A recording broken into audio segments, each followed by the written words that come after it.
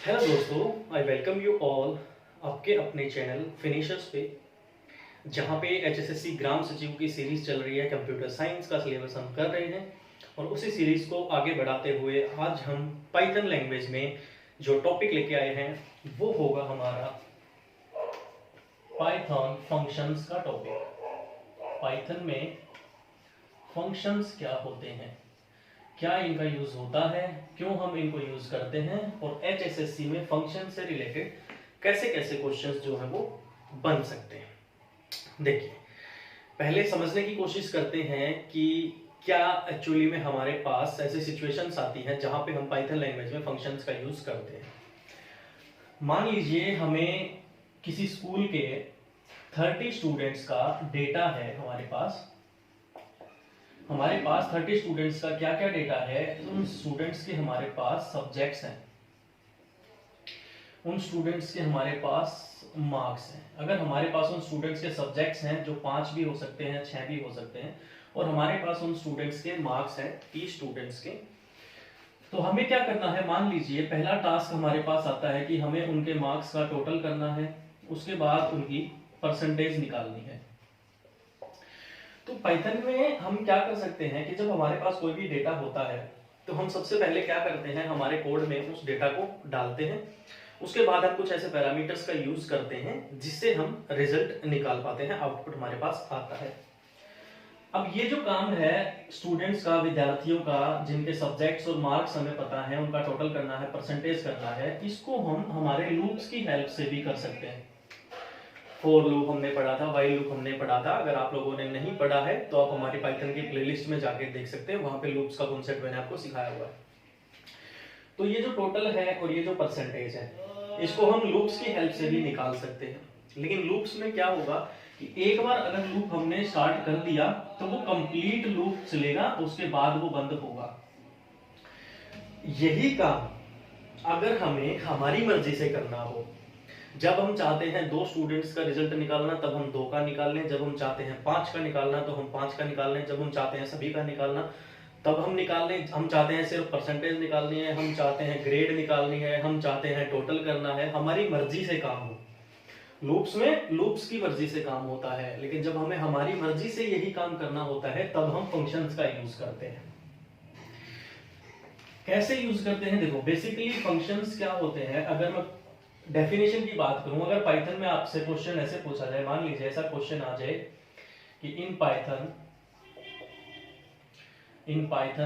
A block of code is called. अगर ऐसे question आ जाए कि पाइथन में ए ब्लॉक ऑफ कोड का एक ब्लॉक क्या कहलाता है, तो आंसर क्या करोगे आप, आंसर होगा आपका फंक्शंस। फंक्शन क्या होते हैं, एक कोड होता है, उसका एक ब्लॉक होता है, उसको हम फंक्शंस कहते हैं। दूसरा क्वेश्चन अगर फंक्शन से आपसे पूछा जाएगा, वो पूछा जाएगा कि विच कीवर्ड डिफाइंस द फंक्शन। कौन सा कीवर्ड है जो फंक्शन को डिफाइन करता है, फंक्शन को बताता है, या किस कीवर्ड की हेल्प से हम किसी भी फंक्शन को डिफाइन करते हैं, बताते हैं। तो आंसर आपका क्या होगा, DEF। डेफ कीवर्ड की हेल्प से हम हमारे फंक्शन को बताते हैं, डिफाइन करते हैं DEF कीवर्ड से। तो ये तो सबसे मोटा क्वेश्चन होता है कि block of code is called functions. Functions को एक ब्लॉक ऑफ कोड बोला जाता है, ऐसा क्वेश्चन आ सकता है। दूसरा क्वेश्चन आ सकता है कि फंक्शन को डिफाइन करने के लिए हम किस कीवर्ड का यूज करते हैं, तो DEF डेफ कीवर्ड का हम यूज करते हैं। अब होता क्या है, मान लीजिए हमें फंक्शंस में या पाइथन में अगर हमें कोई ऐसा काम करना है कि जब हम चाहें, जब हम उसे बुलाएं या जब हम उस कोड को बोलें कि आपको ऐसा ऐसा करना है, तब हम हमारे फंक्शंस का यूज करते हैं। तो किसी भी फंक्शन में एक प्रॉपर जो क्राइटेरिया होता है, बेसिक जो स्ट्रक्चर होता है, वो आपका क्या होता है, सबसे पहले हम लिखा जाता है DEF डेफ कीवर्ड का लिख के, डेफ कीवर्ड का यूज करके हम हमारे फंक्शन को डिफाइन करते हैं। और यहाँ पे इसके बाद एक स्पेस होता है, फिर आता है आपका फंक्शन का नेम। फंक्शन नेम कोई भी नाम हो सकता है, कोई भी नाम हो सकता है आपके फंक्शन का, यूनिक नेम होता है। ऑलवेज रिमेंबर कि UNIQUE एक अलग नाम होना चाहिए। अलग नाम क्यों होना चाहिए किसी भी फंक्शन का? देखो पाइथन में चाहे आप कीवर्ड ले लो, चाहे डेटा टाइप्स ले लो, या कुछ भी ले लो, हर एक नाम अपने आप से एक अलग अलग होता है, क्योंकि पाइथन केस सेंसिटिव भी होती है, तो आप एक जैसी चीज वहां पे नहीं ले सकते, आपको कुछ ना कुछ चेंजेस करने पड़ते हैं, और यूनिक आपका होना चाहिए। क्योंकि क्या होता है, आने वाले टाइम में जब हम मॉड्यूल्स के बारे में पढ़ेंगे, वहां पे आपको पता लगेगा जो पाइथन की लाइब्रेरी होती है वहां पे कुछ चीजें पहले से ही मौजूद होती हैं।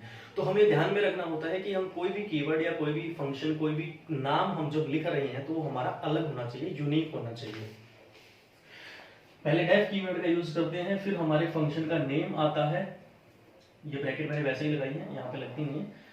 फंक्शन का नेम आता है, और फिर स्मॉल ब्रैकेट स्टार्ट और स्मॉल ब्रैकेट क्लोज करते हैं हम। लेकिन स्टार्ट और क्लोज करने से पहले यहाँ अंदर जो आता है ना, वो आता है पैरामीटर, और फिर हम कॉलन से इसको क्लोज करते हैं।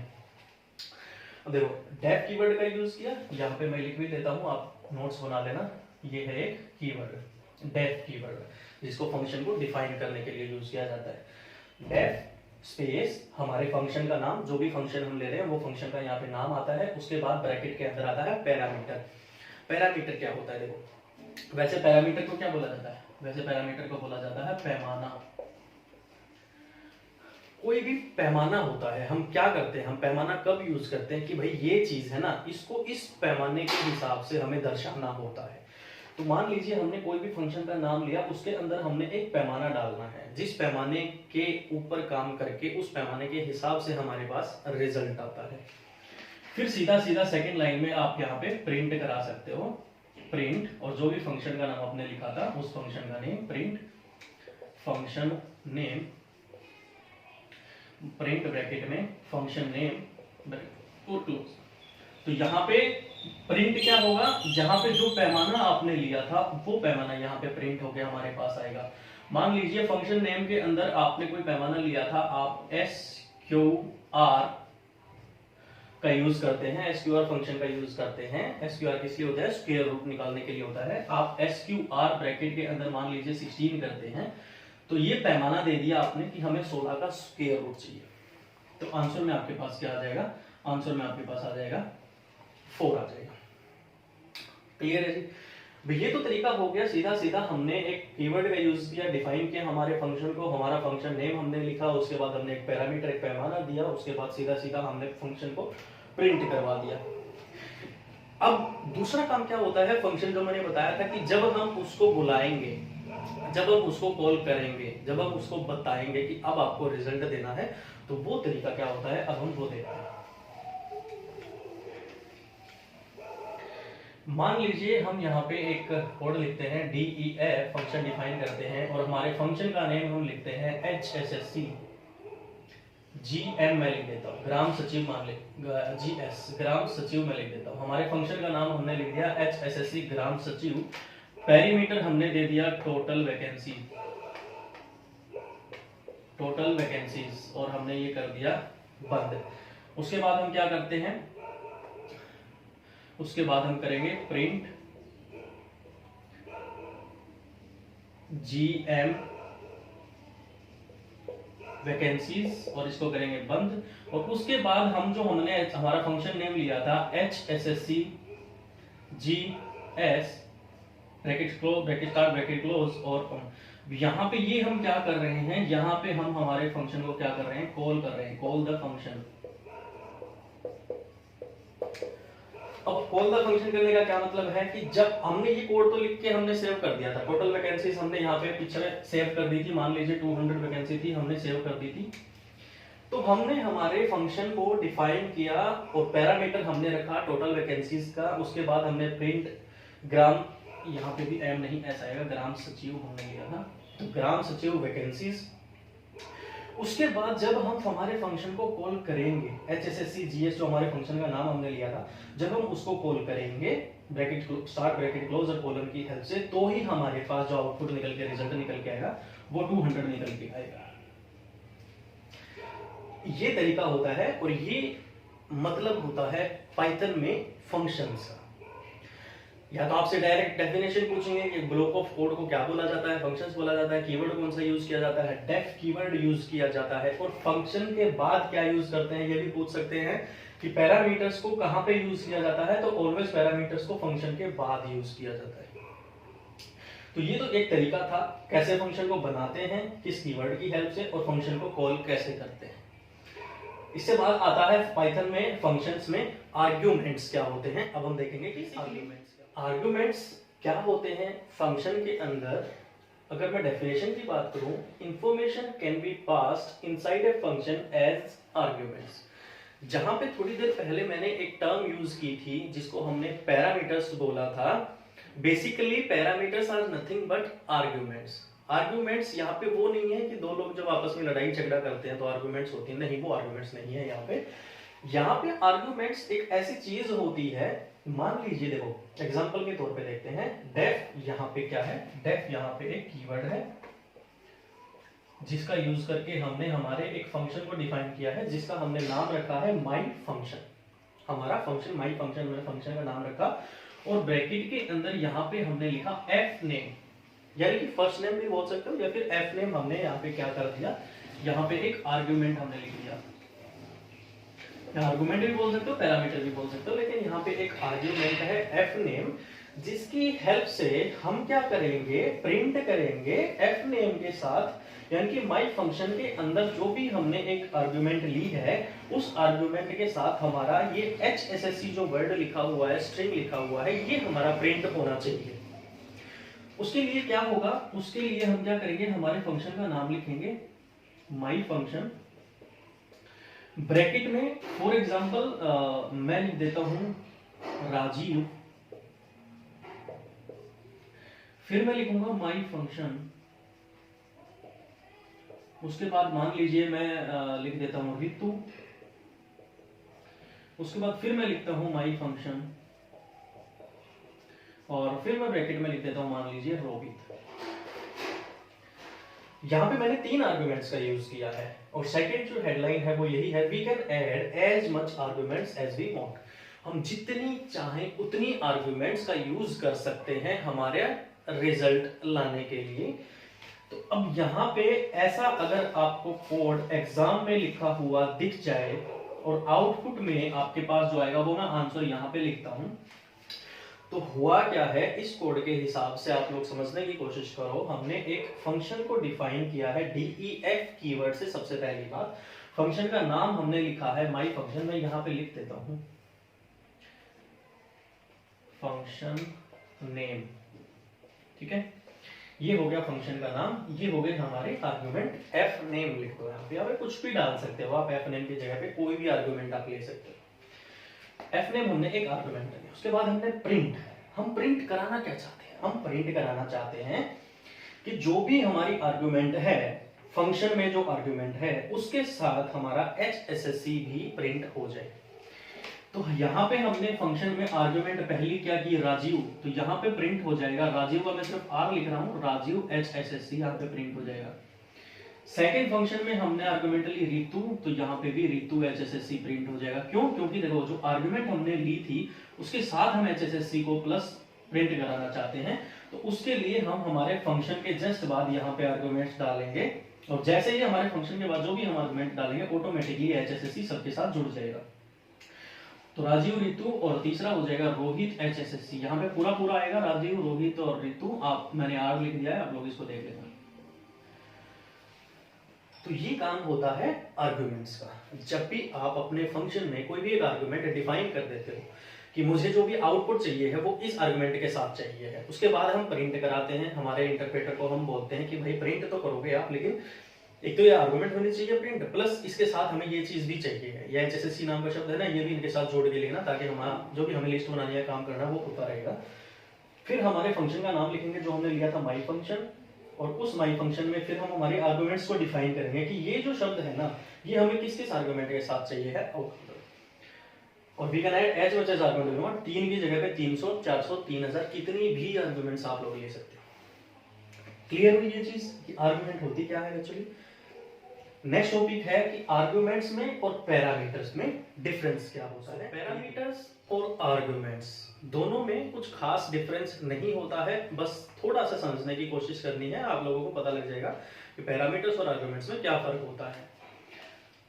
The terms parameters and arguments, ये दोनों जो टर्म्स हैं parameters and arguments can be used for the same thing, एक जैसी चीज के लिए यूज की जा सकती है। Information that are pass into a function, function के अंदर जो भी इंफॉर्मेशन, जो भी डेटा हमें पास करवाना है या जो भी उसके अंदर हमें डालना है, उस सेम चीज के लिए पैरामीटर का यूज भी कर सकते हैं, आर्गुमेंट्स का यूज भी कर सकते हैं। मोटा मेन डिफरेंस इन दोनों में कहां पे आता है, यहां पे आता है। एक फंक्शन के पर्सपेक्टिव से, एक फंक्शन की नजर से अगर हम देखें तो डिफरेंस कहां पे आता है। जो पैरामीटर होता है वो एक तरह का वेरिएबल होता है जिसको हम फंक्शन के अंदर डालते हैं। फंक्शन लिखने के बाद, जैसे यहां पे अगर मैं लिखूं, मैंने मान लो माई फंक्शन लिखा, उसके बाद ये जो ब्रैकेट के अंदर है, हम यहाँ पे एक पैरामीटर को एक वेरिएबल की फॉर्म में डाल सकते हैं। मान लीजिए एक कोई हमने वेरिएबल लिया था जिसके अंदर हमने वैल्यू डाली थी 10, तो यहाँ पे हम एक पैरामीटर को एज ए वेरिएबल ले सकते हैं। क्लियर। वहीं पे argument is the value that is sent to the function when it is called. Argument क्या होती है, वो वैल्यू होती है जो डलती तो यहीं पे है। कोई फंक्शन हमने लिख दिया HSSC फंक्शन करके, हमने एक फंक्शन बना दिया जिसके अंदर हमने एक आर्गुमेंट डाल दी। मान लीजिए हमने यहाँ पे F नेम लिख दिया, इंसानों का फर्स्ट नेम हमें डालना है। तो जब आर्गुमेंट काम करता है तो वो कैसे काम करता है, जब हम फंक्शन को बुलाते हैं, जैसे HSSC फंक्शन, F नेम हमने यहाँ लिखा, फिर हमने प्रिंट करवाई, कोई हमने कंडीशन डाल दी कि ये प्रिंट हमें कराना है, उसके बाद हम HSSC फंक्शन, फिर इसके अंदर हम वैल्यूज डालते हैं, अभी हमने डाली थी, फिर HSSC फंक्शन, फिर दूसरी वैल्यू आर्गुमेंट हमने डाल दी। तो बेसिकली जब हम हमारे फंक्शन को बुलाते हैं कि अब हमें वो रिजल्ट चाहिए है, वहां पे कैसे काम होता है, एज ए आर्ग्यूमेंट काम होता है। लेकिन जहां पे फंक्शन के अंदर हमें एक कोई वैल्यू डालनी है, कोई वेरिएबल डालना है, एज ए वेरिएबल हमें वहां पे कोई चीज डालनी है, तो वहां पे हम उस चीज को बोलते हैं पैरामीटर्स। तो कुछ नहीं है, क्वेश्चन बनेगा ऐसे बनेगा कि फंक्शन के अंदर ऐसी कौन सी दो चीजें होती हैं जो एक जैसे तरह की चीज के लिए काम करती हैं। तो वहां पे आंसर होगा आपका पैरामीटर्स और आर्ग्यूमेंट्स। इनमें से कोई एक ऑप्शन हो तो एक भी लगा सकते हो, दोनों अगर लिखे हुए तो दोनों पे भी टिक कर सकते हो। सेकंड क्वेश्चन कैसे बन सकता है कि इन चार ऑप्शंस में से which of the following options, इन चार ऑप्शंस में से ऐसी कौन सी चीज है which work as a variable listed into the function, कि फंक्शन के अंदर एक वेरिएबल की तरह लिस्टेड कौन सी चीज होती है। तो ऑप्शन जो करेक्ट होगा वो ऑप्शन होगा पैरामीटर। ठीक है जी, एक क्वेश्चन ये है, एक क्वेश्चन ये है। फिर क्वेश्चन हो कि इन चार ऑप्शंस में से ऐसी कौन सी चीज है, वो ऐसी कौन सी टर्म है जो फंक्शन के अंदर एक वैल्यू की तरह काम करती है जब भी हम फंक्शन को कॉल करते हैं, व्हेन इट इज कॉल्ड। तो आंसर क्या होगा, आर्ग्यूमेंट होगा। ठीक है जी, अगर प्रॉपर डेफिनेशन से ही क्वेश्चन पूछा जाएगा तो पैरामीटर का होगा ये कि पैरामीटर एक वेरिएबल की तरह काम करता है फंक्शन के अंदर, और आर्गुमेंट एक वैल्यू की तरह काम करता है फंक्शन के अंदर। कौन सी वैल्यू, जब भी हमें उस वैल्यू को रिजल्ट के तौर पे अगर हमें बुलाना होता है, जब भी हमें फंक्शन को कॉल करना होता है, फिर हम जो चीज उसके अंदर डालते हैं दैट इज आवर आर्ग्यूमेंट और ये पैरामीटर। और अगर आपसे पूछा जाए कि सेम चीज के लिए अलग अलग दो चीजें होती हैं फंक्शन के अंदर, पाइथन के अंदर, वो कौन सी होती हैं, तो पैरामीटर्स और आर्ग्यूमेंट्स आपका आंसर होना चाहिए। ओके फ्रेंड्स, क्लियर है। इस वीडियो में इतना ही। इस वीडियो में हमने सीखा फंक्शंस क्या होते हैं, फंक्शंस को बनाया कैसे जाता है, फंक्शंस को कॉल कैसे किया जाता है, कौन सा कीवर्ड होता है जो जिस पे हम यूज करते हैं फंक्शन को डिफाइन करने के लिए, आर्ग्यूमेंट्स क्या होती हैं, कितनी कितनी आर्ग्यूमेंट्स का हम यूज करते हैं, पैरामीटर्स क्या होते हैं, आर्ग्यूमेंट्स और पैरामीटर्स में डिफरेंस क्या होता है। सेम फंक्शंस के टॉपिक में हमारे पास दो छोटे छोटे टॉपिक और बचे हुए हैं। पहले हम देखेंगे कि आर्ग्यूमेंट्स जो होती हैं उसको हम, जब एक आर्ग्यूमेंट हो हमारे पास तो हम कैसा रिजल्ट हमें मिलता है, ज्यादा आर्ग्यूमेंट्स होती हैं तो कैसे हमें रिजल्ट मिलता है, और कैसे हम हमारे पैरामीटर्स के साथ इसमें प्रोग्रामिंग कर सकते हैं। तो जितना टाइम की ये वीडियो बन रही है उतने ही टाइम के आपके वो 2 टॉपिक और बनेंगे, आपका फंक्शंस का टॉपिक खत्म हो जाएगा। इस फंक्शन के टॉपिक के बाद आपके मोटे मोटे ज्यादा से ज्यादा 5 से 6 टॉपिक बचे हैं पाइथन लैंग्वेज में। उसके बाद एनसीईआरटी और एचएसएससी का पॉइंट ऑफ व्यू से पाइथन चैप्टर जो है आपका कंप्लीट हो जाएगा। उसके बाद पाइथन का आपका कोई क्वेश्चन गलत नहीं होगा। और जितना प्यार आप लोग दे रहे हो, तहे दिल से आप लोगों का शुक्रिया। ऐसे ही प्यार देते रहिए और अपने दोस्तों के साथ शेयर जरूर करिए वीडियो को। Thank you so much students, मिलते हैं नेक्स्ट वीडियो।